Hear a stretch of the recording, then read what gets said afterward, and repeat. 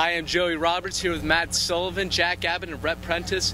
Finally, Williams Week has come. A lot of streaks have ended in this rivalry, but I'm going to give you reasons why the Bantams are going to protect the coop. TSN football coming at you.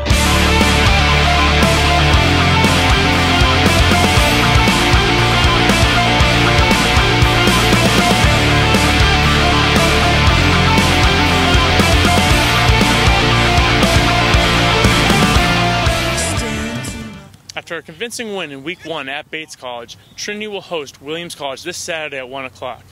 Williams struggled in Week 1 versus Colby, but still pulled off the win 23-19. Last year was a close one. Trinity pulled off the victory 20-17. This Saturday it's sure to be another close one. Guys, what should we watch for?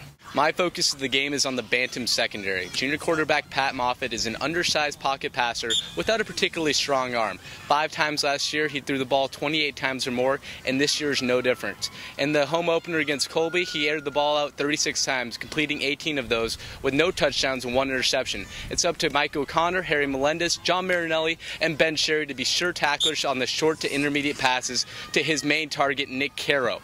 Another player to be aware of is number 8, Bryce Bennett. He's listed as a wide receiver with 4 catches last week. However, on the depth chart, he's also a quarterback. So a trick play could be in the works this week.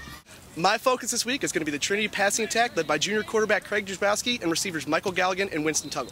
Last weekend against Bates, Drabowski hit Galligan and Tuggle a combined 10 times for more than 200 yards and 2 touchdowns. They'll face a much tougher matchup this week against a Williams defense that only allowed 128 yards and no touchdowns through the air in a win over Colby. Trinity's going to need more big plays like the 71-yard touchdown pass they had in their season opener if they want a chance to win this one. My focus this week is on the Trinity defensive line. 3 of these guys, Matt Walker, Herman Brito, and Chuk Sequellum, combined for 3 sacks last week, while Captain Chris Duvall added 2 tackles of his own from the nose guard position. They stayed strong at the line of scrimmage as well, only allowing the Bobcats 30 yards on the ground through 29 carries. Williams only tallied 80 yards in their victory over Colby last week, although their 2 offensive touchdowns did come through the run game. If the Bantam front 4 can reduce that number and maintain pressure on the quarterback, it looks to be a low-scoring affair for the Ephs in Trinity's home opener.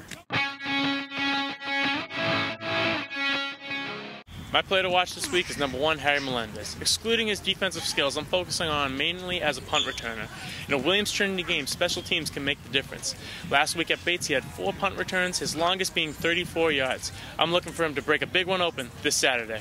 My player to watch for is Walter Fowles. Replacing Tyler Berry at the middle linebacker position is no easy task. However, the sophomore from Everett, Massachusetts is well on his way to NESCAC stardom. In Week 1 against Bates, he had 18 tackles and 1 interception, which earned him the honor of NESCAC Defensive Player of the Week.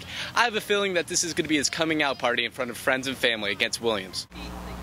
My player to watch for this week is junior wideout Michael Galligan. Last season, Galligan was the team's leading receiver, racking up more than 700 yards and 7 touchdowns. In the opener against Bates, he picked up right where he left off, pulling down 7 grabs for 93 yards and a touchdown. Incidentally, those are identical numbers to the ones he put up in last year's victory over Williams, so on Saturday it will be important for him to step up and help this Bantams offense take it to Williams. My player to watch this week is the punter, number 10, Grant Kunkel. Trinity was forced to punt 5 times last week against Bates, a number that could increase against a Williams squad that always plays them tough. Kunkel dropped 2 of those 5 punts within the 20-yard line and averaged 44 yards per kick, both good enough to earn him NESCAC Special Teams Player of the Week. He'll have to work to keep those numbers up this week, though, with a rainy forecast looming. But if he does, his punting could be the final nail in Williams' coffin. Hey fellas, we're adding a new segment to TSN football. Let's take a look around the NESCAC. Rhett, what do you think about Tufts at Bates? I'm taking Tufts. I'll take Bates. I'll take Tufts. And I'll take Bates. What about Wesleyan at Hamilton? I like Wesleyan. I like Hamilton. Wesleyan. Wesleyan going 2-0 for the first time since God knows when? I don't know. I'll take Wesleyan. How about Colby at Middlebury? I like Middlebury in this one. I like Colby. Colby in the upset.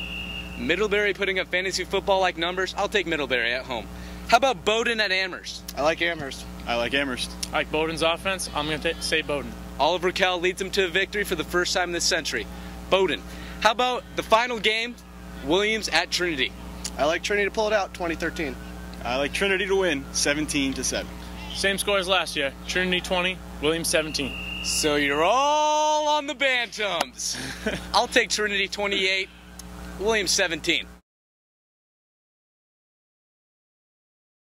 Remember to come out to the game with friends and family. Kickoff's at 1:30. Reporting from the Coop, I'm Joey Roberts, TSN.